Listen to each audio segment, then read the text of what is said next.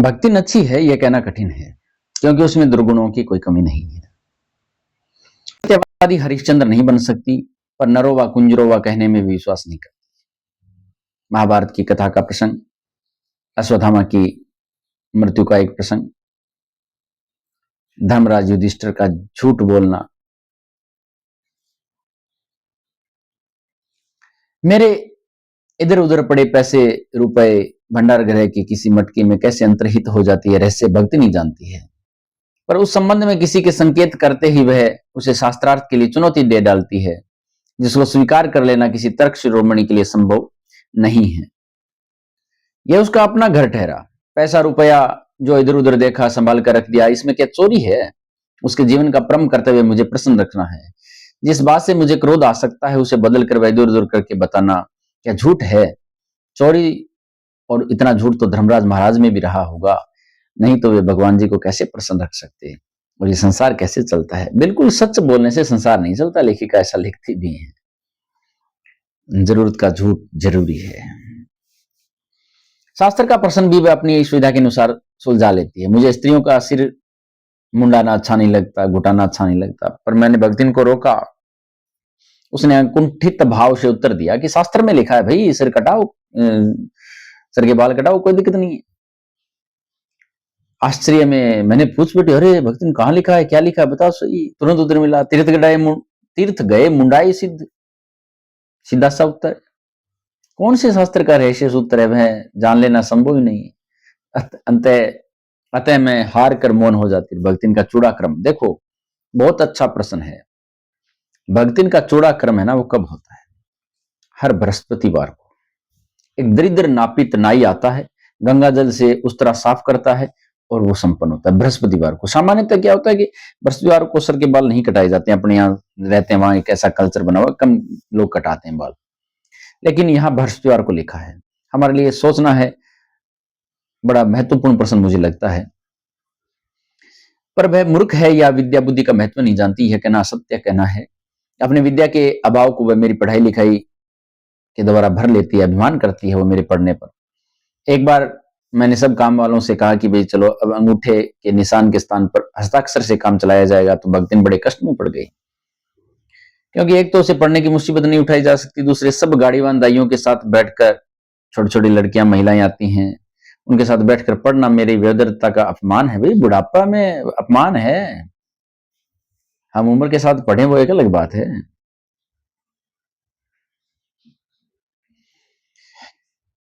अच्छा, उन्होंने कहना आरंभ किया कि हमारे मालकिन तो रात दिन किताबयन में गड़ी रहती है, अब हम पढ़े लागब तो घर गृहस्थी कौन देखी सुनी। अरे मेरी मालकिन तो पूरे दिन किताबों में पड़ी रहती है, भी उसी में लगी रहती है, अब मैं पढ़ने लग जाऊं तो गृहस्थी कौन चलाए? संभव ही नहीं है। पढ़ाने वाले और पढ़ने वाले दोनों इस तरह का ऐसा प्रभाव कि भक्तिन इंस्पेक्टर के समान कक्षा में घूमती है।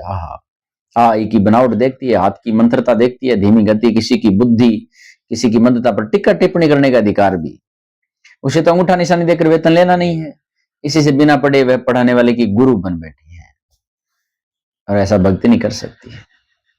वह अपने तर्क ही नहीं, तर्कहीनता के लिए भी प्रमाण खोज लेने में चतुर है, पटु है। अपने आप को महत्व देने के लिए वह अपने मालिकिन को असाधारणता देती है, पर इसके लिए प्रमाण खोज ढूंढ आवश्यक हो जाता है। जब एक बार मैं उत्तर पुस्तिक और चित्रों को लेकर व्यस्त थी, तो भक्तिन सबसे कहती हुई घूम रही थी, ओ बेचारे वो तो रात दिन काम में झुकी रहती है और तुम पचे घूमती फिरती हो, चलो तनिक हाथ बटाए दे। महादेवी जब लिखने बैठती हैं तो लेखन का कार्य तो ऐसा है कि खुद को ही करना होता है, दूसरे से सहायता ली नहीं जा सकती। मौलिकता का विशेष इसमें ख्याल भी होता है, और एक भाव एक विचार में बंद कर जब लेखन चलता है तो दूसरे के भाव विचारों से मेल भी नहीं खाता है। लेकिन भक्तिन इस बात को नहीं समझती। भक्तिन कहती है मालकिन पूरे दिन काम में लगी रहती है और तुम लोग इधर उधर भटकती रहती हो, चलो थोड़ा काम सा हाथ बटाओ भाई, सारों लगा दो। सब जानते थे कि ऐसे कामों में हाथ नहीं बटाया जा सकता, अतः उन्होंने अपनी असमर्थता प्रकट करते हुए भक्तिन से पिंड छुटाया। बस इसी प्रमाण के आधार पर उसकी सब अतिशोक्तियां अमर बेल की तरह फैलने लगी और कहने लगती अब उसकी मालकिन जैसा कोई काम जानता ही नहीं है, इसी से तो बुलाने पर कोई हाथ बटाने की हिम्मत नहीं करता। बात तो ठीक है उसकी भी, कोई हेल्प करता ही नहीं है।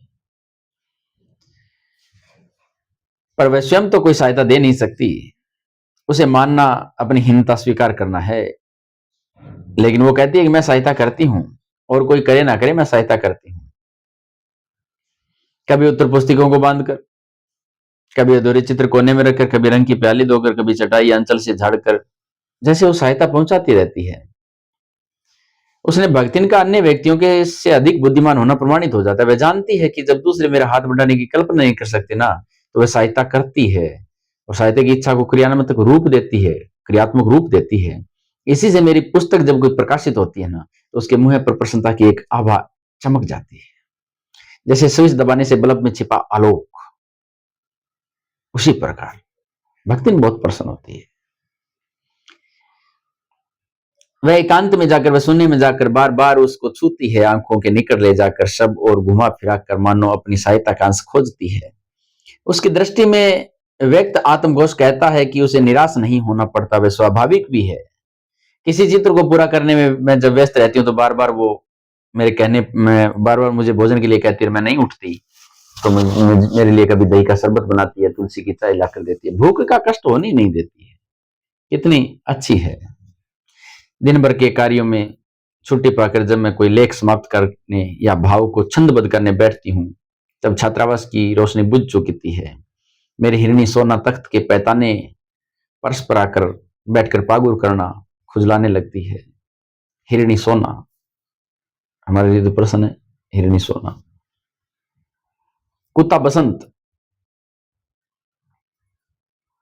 मचिया पर पंजों के बीच मुंह रखकर आंखें मूंद लेता है। बिल्ली गोधुली मेरे तकिए पर सिकुड़ कर सो जाती है। पर मुझे रात की निस्तब्धता में अकेली ने छोड़ने के विचार से कोने में दरी के आसन पर बैठकर बिजली की चकाचौंध में आंखें मिचमिचाती भक्तिन एकदम शांत भाव से जागरण करती है। ऊँगती भी नहीं है, वासियां भी नहीं लेती हैं। जीव जंतु सब सोने लगती हैं, लेकिन जब तक मैं ना सो जाऊं तब तक, मालिक ना सो जाए तब तक दास सो थोड़ी सकता है। यही तो दास का धर्म है। यही तो भक्तिन को भक्तिन बनाता है। यही तो सहज बनाता है। क्योंकि मेरे सिर उठाते ही उसकी धुंधली दृष्टि मेरी आंखों का अनुसरण करने लगती है। मैं सिरहाने रखी रेख की ओर देखती हूँ तो वह उठकर उस आवश्यक कागज का पुस्तक का रंग पूछती है। यदि मैं कलम रख देती हूँ तो स्याही उठा लाती है, जैसे मालकिन की कलम में स्याही खत्म हो गई होगी। यदि मैं कागज एक तरफ सिरका दूं तो वह दूसरी फाइल टटोलती है। बहुत रात गए सोने पर भी जल्दी उठती हूँ। भक्तिन को तो मुझसे भी पहले उठना होता है। सोना उछल कूद के लिए बाहर जाने को आकुल रहती है। बसंत नित्य क्रम के लिए दरवाजा खुलाना चाहता है। गोधूली चिड़ियों की चहचहाहट में अपना शिकार खोजती है। मेरे भ्रमण की एकांत साथिन भक्तिन। बहुत प्यारा प्रश्न है। मेरे भ्रमण की एकांत साथिन भक्ति नहीं रही है। बद्री केदार आदि के ऊंचे ऊंचे और तंग संकड़े पहाड़ी रास्तों पर जैसे वह हट करके मेरे आगे चलती है, वैसे ही गांव में जब होती हूँ धूलभरी पगडंडी मेरे पीछे रहना नहीं बोलती। किसी भी समय कहीं भी जाने के लिए प्रस्तुत होते ही भक्तिन को मैं छाया की तरह अपने साथ पाती हूँ। पहाड़ी रास्तों में आगे रहती है और धूलभरी पगडंडियों में पीछे। पहाड़ी रास्तों में आगे भय है कि मैं पहले रास्ता में देख लेती हूँ, ये सेवक का धर्म है। और कच्चे रास्तों में आगे चलूंगी तो धूल उड़ेगी, मालकिन को धूल से भर जाएगी, तो वो मालकिन के पीछे चलती है। ये सेवक धर्म दर्शाता है। युद्ध को देश की सीमा में बढ़ता देख जब लोग आतंकित हो उठे, तब भक्तिन के बेटी और दामाद नाती उसे बुलाने आए। बहुत समझाने के बाद भी उनके साथ नहीं गई। सबको वह देख आती, रुपया भेज देती। उनके साथ रहने के लिए मेरा साथ छोड़ना जरूरी है, इसलिए भक्तिन कभी भी उनके साथ जाना स्वीकार नहीं कर सकती। और भक्तिन को जीवन के अंत तक जो स्वीकार नहीं है, मेरा साथ छोड़ देना। जब गत वर्ष युद्ध के भूत ने वीरता के स्थान पर पलायन व्रती जगा दी, चलो भागो अब तो गांव की तरफ कहीं छू जाते हैं, तब भक्तिन पहली बार सेवक की विनीत मुद्रा में मेरे सामने आकर गांव चलने का अनुरोध करती है। और कहती क्या है कि मैं लकड़ी का मचान बनाकर उस पर धोती बिछाकर मेरे कपड़े रखने के लिए जगह बना दूंगी। दीवार में किले गाड़कर उस पर तख्ता लगाकर, उस पर फाटका लगाकर मैं उस पर किताबें सजा दूंगी। और पराली धान के पुआल का गद्दा बनाकर, गोंदरा बनाकर उस पर कंबल बिछाकर सोने का मैं बेड बना दूंगी, गद्दा बना दूंगी तुम्हारे लिए। मेरे रंग स्याही आदि को नई नई हंडियों में संजो कर रख देगी, कागज पत्रों को छिंके में यथा विधि ऊपर चूहे काट ना ले भाई। मेरे पास जाकर रहने के लिए मैंने कहा मेरे पास भक्तिन रुपए नहीं है कि मैं गांव जा सकूं, पैसे तो चाहिए। जब मैंने भक्तिन के इस प्रस्ताव को अवकाश देने के लिए बात कही कि यार कैसे पिंड छूटे, तो उसका परिणाम क्या था विस्मित कर देता है। भक्तिन ने परम रहस्य उद्घाटन करने की मुद्रा बनाकर एक पोपला मुंह है ना वो अपना, वो मेरे कान के पास लाकर बोली, होले से चिंता ना करो, 5 बीसी और 5 रुपया गड़ा है मेरे पास। 5 बीसी यानी 1 रुपया 5 रुपया, मतलब 5 रुपया 6 रुपये हो गए कुल। उसी से वह सब कुछ प्रबंध कर लेगी। जो पीछे आया था ना कि कहीं अलमारी में पैसे रखे हैं वो उठाकर एक जगह रख देती है, वो पैसे उसी से सब प्रबंध कर लेगी। फिर लड़ाई कुछ अमरवती अमृत पीकर तो आई नहीं है भाई। जब सब ठीक हो जाएगा वापस आ जाएंगे। भक्तिन की कंजूसी के प्राण पूंजीभूत होते होते पर्वताकार बन चुके हैं थे, पर पैसे देने की जो उदारता का डायनामाइट क्षण में उस पर्वत को, पहाड़ को तोड़ देता है। इतने थोड़े रुपए का कोई महत्व नहीं है, लेकिन भक्तिन का जो अनुराग है ना वो प्रख्यात है कि मेरे लिए उसका परित्याग मेरे लिए महत्व की सीमा तक पहुंच देता।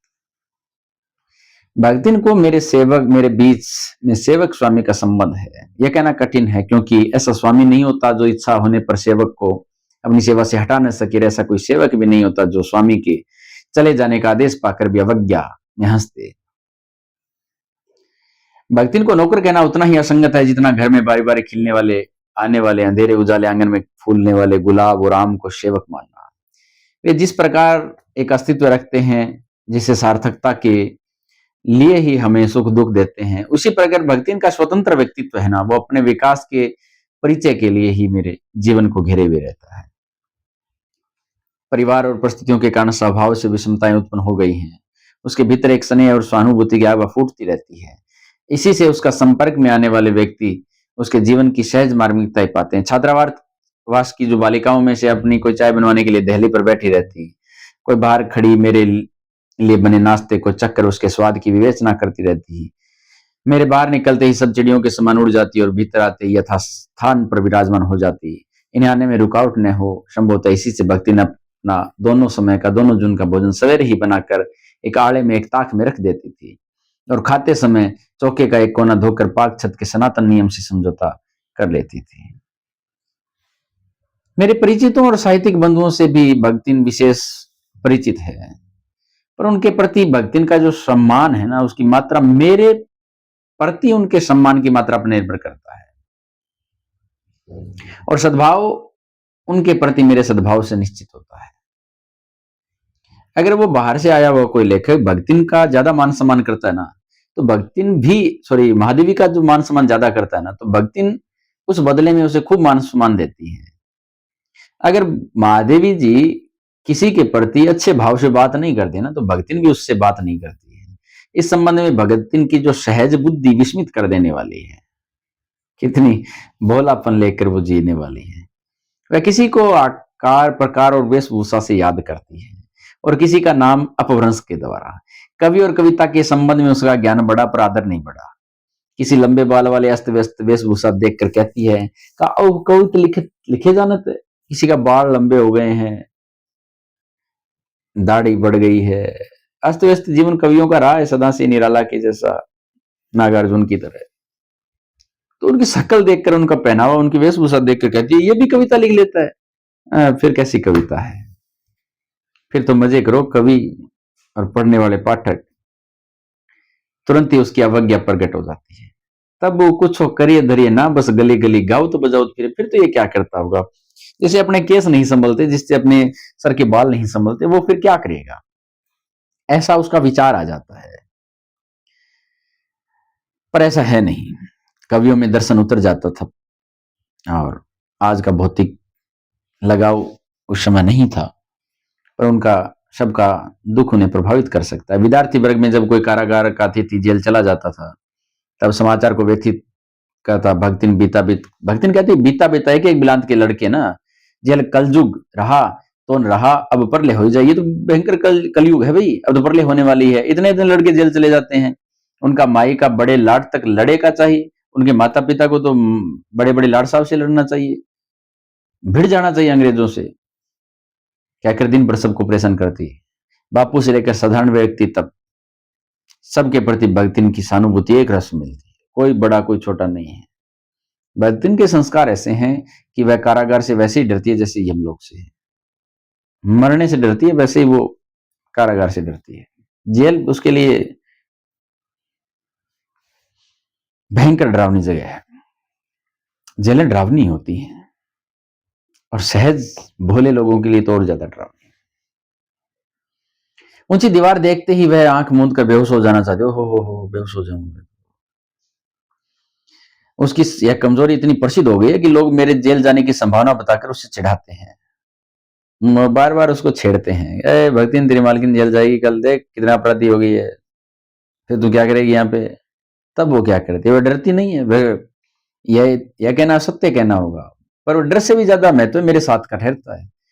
चुपचाप मुझसे पूछने लगती है कि वह अपनी कैद धोती साबुन से साफ कर ले, कितनी धोती में साफ कर लूं जिससे मुझे वहां रहने पर लज्जित न होना पड़े, क्या क्या सामान बांध लूं जिससे मुझे वहां किसी प्रकार की असुविधा ना हो, मेरी यात्रा में किसी को साथ जाने की।